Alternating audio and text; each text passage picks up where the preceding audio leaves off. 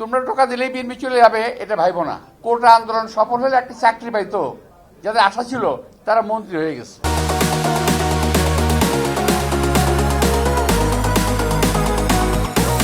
এই সরকারের বয়স কদিন হলো আজকে?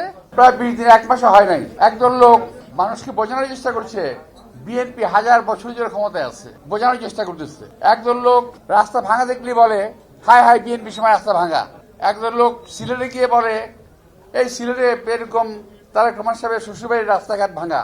আশ্চর্য ব্যাপার, আমরা 1 মাস হলো মাত্র ক্ষমতা, 1 মাস হয় নাই, এখন রাস্তা ভাঙা তো তোমাদের গভর্নমেন্টের সময় হচ্ছে। সাবেক যে গভর্নমেন্ট সরকার ছিল ইউনূস সরকার, এটা তো তোমাদের সরকার, মনে নাই? তোমরা অ্যাপয়েন্টমেন্ট দিয়েছি না ইউনূস সরকারকে?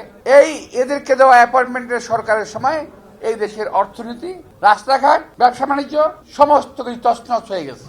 আওয়ামী লীগের সময় যথেষ্ট ক্ষতি হয়েছে দেশের, আর তোমাদের এই সরকারের সময় দেশের আরো বেশি ক্ষতি হয়ে গেছে। তবে লাভ হয়েছে একটা, কি জানো? লাভ হয়েছে তোমাদের চেহারায় কিছু জৌলুস এসেছে, জৌলুস চকচকে হয়ে গেছে, আর আগের মতো নাই। একজনের চেহারা চকচকে, গাড়ি, টাকা পয়সা, জৌলুস সব দিক থেকে এসে এইটা একটা লাভ হয়েছে বাংলাদেশের। যে বাংলাদেশে যারা চাকরির জন্য কোটা আন্দোলন করেছে, কোটা আন্দোলন সফল হলে একটা চাকরি পাইতো, যাদের আশা ছিল তারা মন্ত্রী হয়ে গেছে, তারা নেতা হয়ে গেছে। আর নেতা হয়েই এখন সরকার পাল্টানোর জন্য ব্যস্ত হয়ে গেছে। আরে ভাই, বিএনপি তো ক্ষমতা আগেও ছিল, এখনো আছে, থাকবে। তোমরা টাকা দিলেই বিএনপি চলে যাবে এটা ভাইবো না। দেশের মানুষের বেশিরভাগ মানুষের ভোটে বিএনপি জয়লাভ করে আজকে সরকারে আছে। বিএনপিকে সময় দিতে হবে। 18 মাসে যা ক্ষতি হয়েছে, 18 বছর যে ক্ষতি হয়েছে, সেটা 18 দিনে সম্ভব না, 18 মাসে সম্ভব না।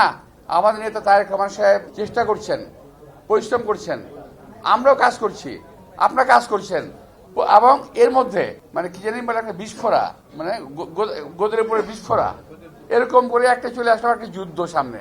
এই যে যুদ্ধ, এই যুদ্ধ দেশটাকে আরো কত ক্ষতিগ্রস্ত করবে কে জানে, আল্লাহ বলতে পারবে। এটা আমাদেরকে এখন সবাইকে মিলে আল্লাহর রহমত কামনা করা উচিত। সবাই মিলে আসুন, আমি যে কথাগুলো বলছি এই কথাগুলো যেন আমাকে বলতে না হয়।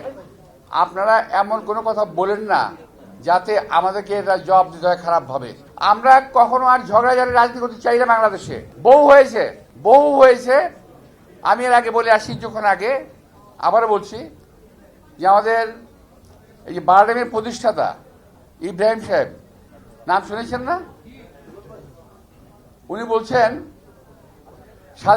স্বাধীনতার পরে এই যাবৎকাল খোরাতে খোরাতে ভারত এত আগে এগিয়ে গেল, আর আমরা বাংলাদেশ স্বাধীনতার পর এতকাল খোরাতে খোরাতে পিছিয়ে চলে গেলাম।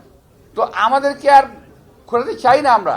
এখন আমরা শক্ত সাবলীল ফুটিং নিয়ে আমরা শক্তভাবে হাঁটতে চাই সামনের দিকে, সবার সহযোগিতা নিয়ে। এই সরকারকে সাহায্য করেন, সরকারকে ব্যর্থ করার চেষ্টা করবেন না দয়া করে কেউ, সরকারকে সাহায্য করেন। আমরাও এই দেশে মানুষের সঙ্গে নিয়ে দেশকে আগে বাড়িয়ে নিয়ে যেতে চাই।